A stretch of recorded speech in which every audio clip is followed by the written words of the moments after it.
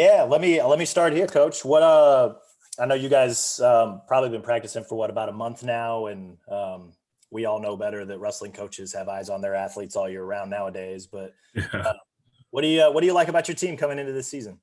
Oh, they're a tight group. They're really getting along, which is always great, and it helps with the helps when they get along and have that real team chemistry as they work towards their goals together. You know what I mean? Pushing each other and having each other's backs. Absolutely, pretty young team. I saw just kind of glancing at the roster a little bit this year. A lot of freshmen, sophomores. Yeah. What kind of energy have they brought to the room during, I guess, the first month or so of practice plus the preseason? Right, right. I mean, they brought a ton of energy, just the positivity and the hustle. You know what I mean, that we're looking for. And so it's been good. It's been good. We have some injuries that we're working through, but like everyone else, but it's all about moving forward in a positive manner. Absolutely, yeah. You've been the head coach since 2013, right? Yeah.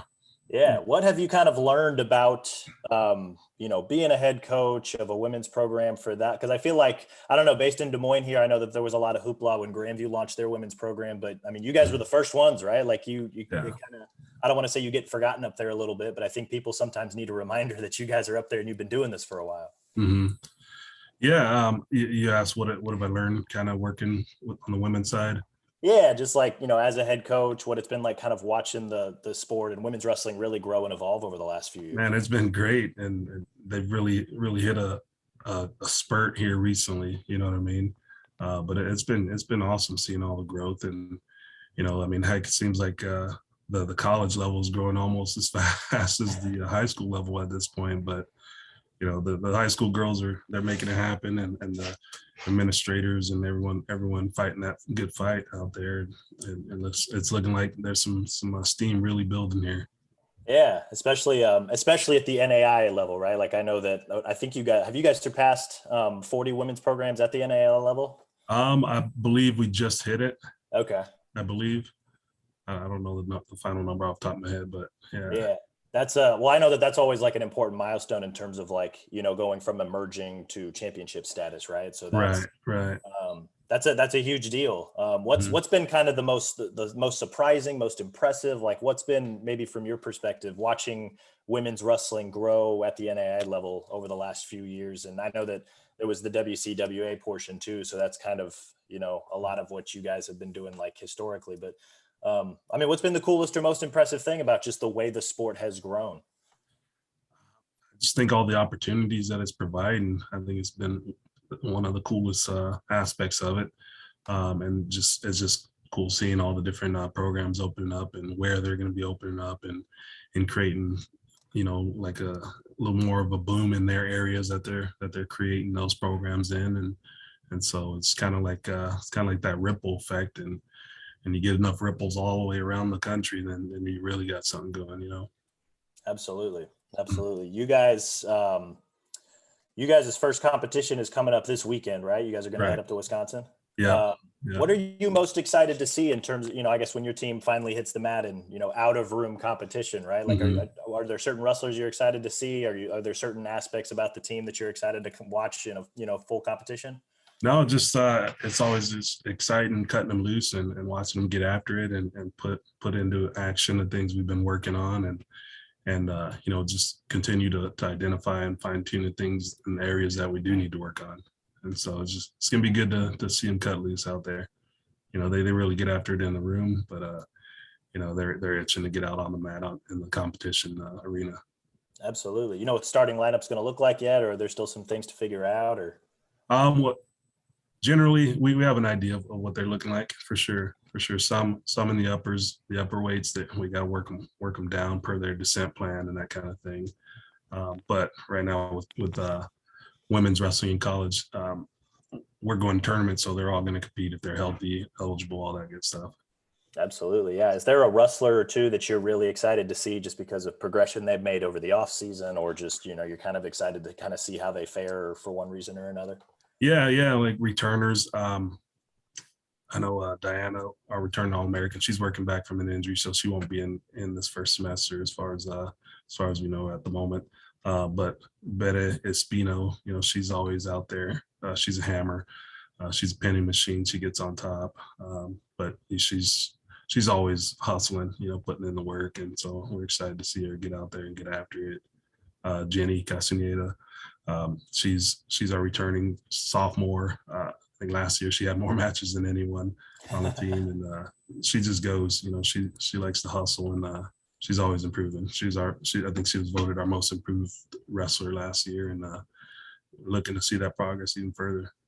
Absolutely. How much are you kind of leaning on them with all the youth on your team, leaning on maybe those three specifically, or maybe others just in terms of leadership roles? Well, they're not really a vocal group of leaders, but we know that's not the only leadership style. They're more of a lead by example kind of thing, and so they get out there and hustle, and then the younger ones, they see it and they hustle as well, and so it just keeps it all going in a forward manner. Absolutely. Yeah. Kind of looking up and down the roster. You guys are based in Iowa, but not a ton of Iowa flavor in the room. Yeah. Yeah. I'm very curious about this. What's kind of the recruiting pitch when, you are a smaller school in the state of Iowa and you're bringing in girls from out of state, from, what looks like all over the place, right? Washington, California, Yeah. There's some Texas in there. I think there's one from Hawaii. Like what's the recruiting process or the recruiting pitch like to try and bring those girls into small town Iowa?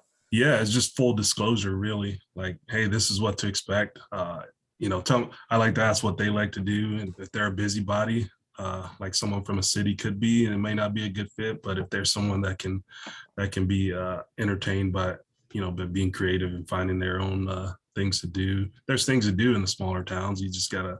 It's a little bit. You have to do a little work to find it, unlike cities where it's right in your face. You know what I mean? But I just disclose it all up front, like, hey, small town, 5,000-6,000 people. There's things to do, but it may not be as apparent as in a city. And I let them know about the cold that we all know about.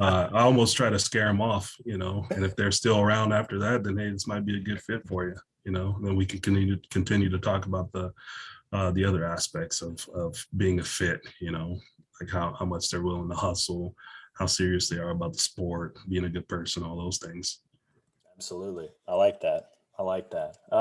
You guys, I just kind of glancing at the schedule. I know you guys are going to hit the mat this weekend. Mm-hmm. A few more competitions through November, a lighter December, but then it obviously really picks up steam mid to late January and then all the way through February. What are you kind of hoping to see from your team development wise, progress wise between, this first competition this weekend and then before you really hit that busy stretch in February? Really nailing down their go-tos and their game plans is the biggest thing. Having a flexible game plan, getting out there and utilizing it. We've been working on certain match strategies and time management, some of those things that all go into the competition. Just putting those things into effect and watching them come together. And every now and again we'll cover it, or last 2 Fridays we did simulation matches, and you could see the improvement from the first Friday to this past Friday, and you can see it starting to come together. And talking with different ones, you can kind of see that light bulb go off, and it's really good to see, and we're looking to continue that into competition. Yeah, definitely. How do you strike the balance between ensuring that, they have a match strategy and a go-to but then also at the same time, I know that there's a little bit of a learning curve coming from high school to college, and especially, Mm-hmm. folk style to freestyle, right? What's that balance like? Oh, it's a little tricky at times, but they pick it up pretty quickly. I mean, you'll be surprised how many of them come in and they don't have freestyle experience. Obviously it's helpful if they do, and we encourage that they do. And even during the recruiting process, we encourage them to, hey, stick around with your coach after practice, or one of the guys that may be familiar with it, 5-10 minutes a day. Before you know it, you'll be pretty savvy, maybe not the most experienced, but you'll be savvy enough to hit the ground running when you get to the college level. But balancing it, it's just about putting in that extra work. Those are the people that make the most gains. It's hard to make progress and catch the competition or surpass the competition if you're only going to practice. That's something we talk about a lot. Those gains are made outside of practice, obviously doing the work in practice, but also outside. Absolutely. Yeah, I think, Coach, that was everything I needed from you, unless there was something else you wanted to add or something else we missed. No, just go Warriors, and it's great to see all the programs opening up, and it's gonna make for some interesting and interesting competitions. and we're gonna get after it. So we're excited.